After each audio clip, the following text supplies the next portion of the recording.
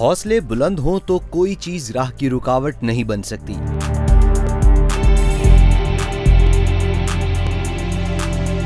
फैसलाबाद के नवाही इलाके समुंदरी का बुलंद हिम्मत नौजवान ज़ीशान अली दोनों बाजुओं से महरूम, लेकिन माजूरी को खुद पर हावी नहीं होने दिया।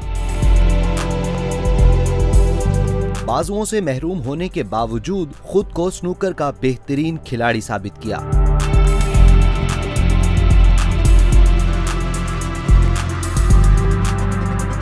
स्नूकर स्टिक मुंह में लेकर ऐसे शॉट्स लगाए कि लोग हैरान रह गए।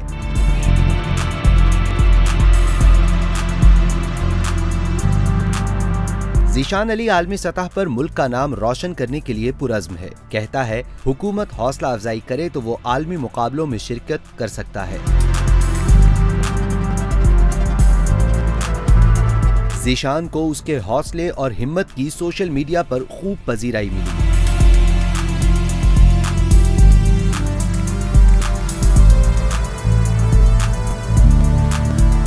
लोगों ने उसके जज्बे को भरपूर तरीके से सराहा।